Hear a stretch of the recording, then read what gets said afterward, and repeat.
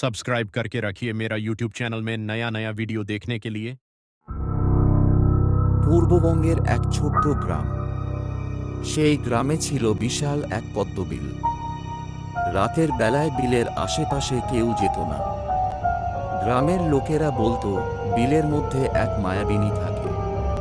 সে মাঝরাতে পদ্মফুল হাতে দাঁড়িয়ে থাকে। কেউ তাকে দেখলে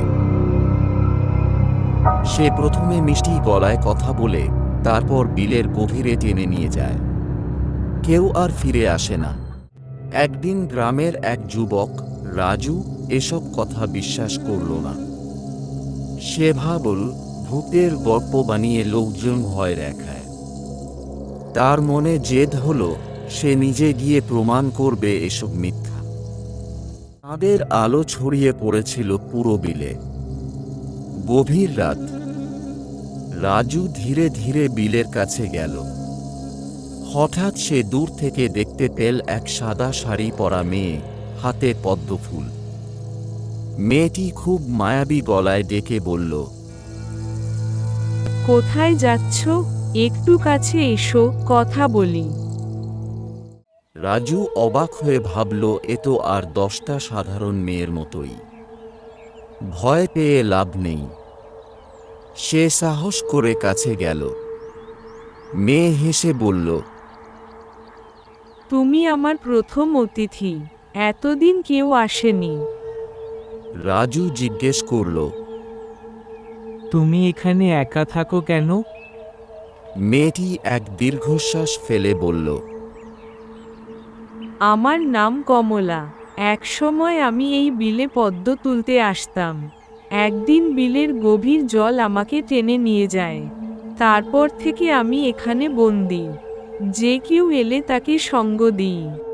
রাজু কথাগুলো শুনে ভয় পেলেও চট করে পালালো না। মেয়েটির গল্প শুনে বলল, তাহলে তোমাকে মুক্ত করতে হবে। মেয়েটি মৃদু হেসে বলল, তোমার সাহস আছে, কিন্তু এটা সম্ভব নয়। বরং তুমি ফিরে যাও। আমাকে মুক্ত করতে গেলে তুমিও আমার মতো বন্দী হবে। রাজু সেই রাতে বাড়ি ফিরে এলো, কিন্তু তার মন শান্ত হলো না। পরদিন সে গ্রামের একজন বয়স্ক পুরোহিতের কাছে গেল। পুরোহিত সব শুনে বলল, বিলটি অভিশপ্ত। সেখানে যে আত্মা বন্দী থাকে তাকে মুক্ত করতে হলে বিশেষ পূজা দিতে হবে, কিন্তু এতে তোমার জীবনের ঝুঁকি আছে। রাজু ভয় না পেয়ে পূজা করার প্রস্তুতি নিল। পুরোহিতের নির্দেশে সে বিলের মাঝখানে একটি প্রদীপ জ্বালিয়ে কমলার আত্মার মুক্তি কামনা করল। গভীর রাতে বিলের জল হঠাৎ টলমল করতে লাগল।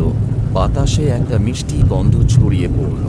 আর তখনই রাজু শুনল কমলার কণ্ঠস্বর, তোমার সাহসের জন্য আমি মুক্ত।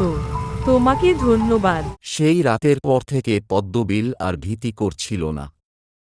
গ্রামবাসী বিলের কাছে গিয়ে আনন্দ করতে শুরু করল। আর রাজু?